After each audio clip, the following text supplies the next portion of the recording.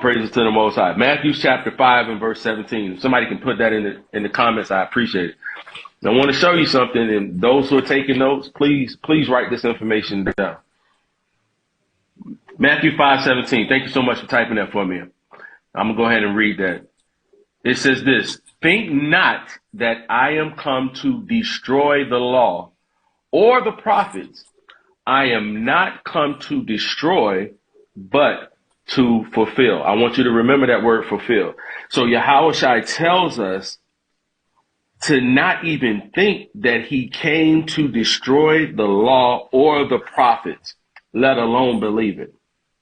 If you say that he came and abolished the law, then you're saying that he came to destroy. In fact, when we look up that word abolish, according to the dictionary, it means to destroy completely. Okay? The meaning of the word fulfill here is to obey. For instance, if I told my son to do something and he did it, then he has fulfilled or obeyed my request. Correct. Okay? If that makes sense. All right. So what I would like to do is I would like to show you an example of Yahushua fulfilling something. Let's go to Matthew chapter 8, verse 16. Matthew chapter 8, verse 16. But hold your finger on Matthew chapter 5:17, because I want to show you something. Because a lot of them use these verses thinking that we're not doing our homework on them, and we are. And they're probably recording this as we speak, but that's fine. Mm-hmm. Matthew chapter 8 and verse 16. Watch this. Matthew chapter 8 and 16. Someone type that in for me already? I haven't been. Matthew's 8 and 16. Thank you. And this is what it says. Watch this. It says, when the evening was come, they brought unto him many that were possessed with devils, and he cast out the spirits with his word and healed all that were sick. Okay? So when evening was come, they brought unto him many that were possessed with devils, and he cast out the spirits with his word and healed all that were sick. Okay, verse 17, watch this. That it might be fulfilled, all right, remember that word fulfilled, okay, which was spoken by Isaiah the prophet, saying, himself took our infirmities and bare our sicknesses. Romans chapter 13 and verse 8. Romans chapter 13 and verse 8.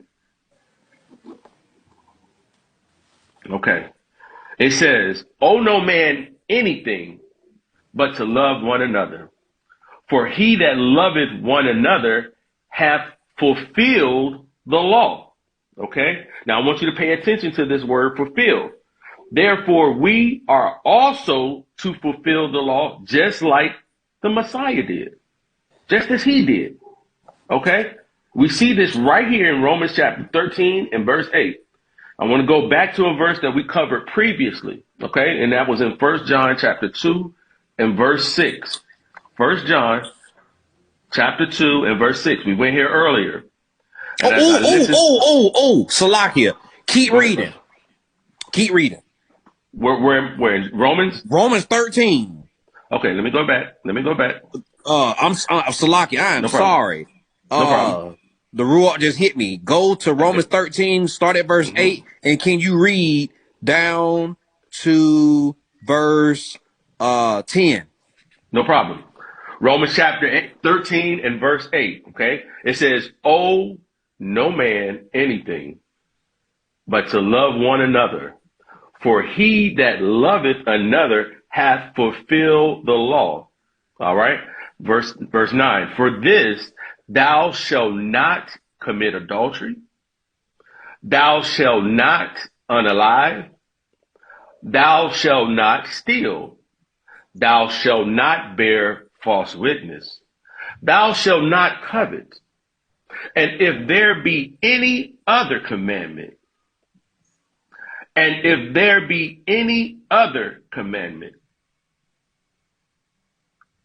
It is briefly comprehended in this saying, namely, thou shalt love thy neighbor as thyself. Verse 10, love worketh no ill to his neighbor.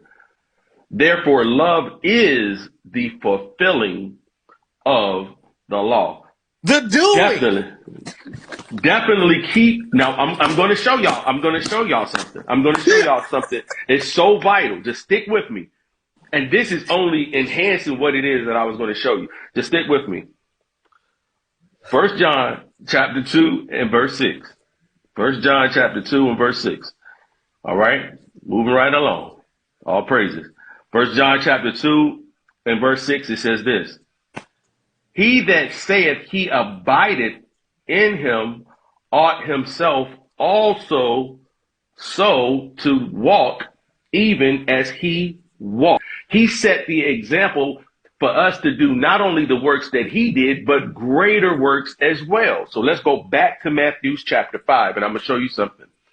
Or the Most High is going to show you something. I direct all praise and glory and honor to him because someone had took the time to share this information with me. Matthew chapter 5, and we're going to go to 18. Matthew 5 and 18. Now watch this. Matthew 5 and 18, it says, for verily I say unto you, till heaven and earth pass, one jot or one tittle shall in no wise pass from the law till all be fulfilled. All right, everybody sees that, right? Now, what I want to show you, there was a little trick by the translators. Because, see, my enemies keep me sharp. You know, they make me work for this understanding. You know what I'm saying? So I always got to stay on my toes. They make me, get up early and I got to get in these books and get my studying. They translated the word fulfill in, again, even though it does not come from the same Greek word as the word fulfilled above. The word fulfilled in verse 17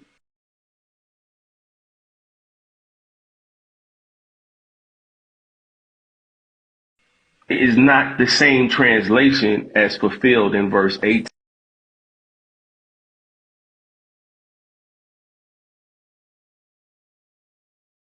You better teach. Let me explain. When you go to Matthew 17, I'll read it again. It says, think not that I have come to destroy the law or the prophets. I am not come to destroy, but to fulfill. And everybody that's got if anybody has a Strong's, I'm going to play this for you. The word fulfill is Strong's G4137, and it's called playwrote. Strong's G4137, playrao. Yeah, whatever. Playrao. To make full, to fill up, to cause to abound. And it has several definitions under this. For those who have the blue letter, you can look this up. Okay?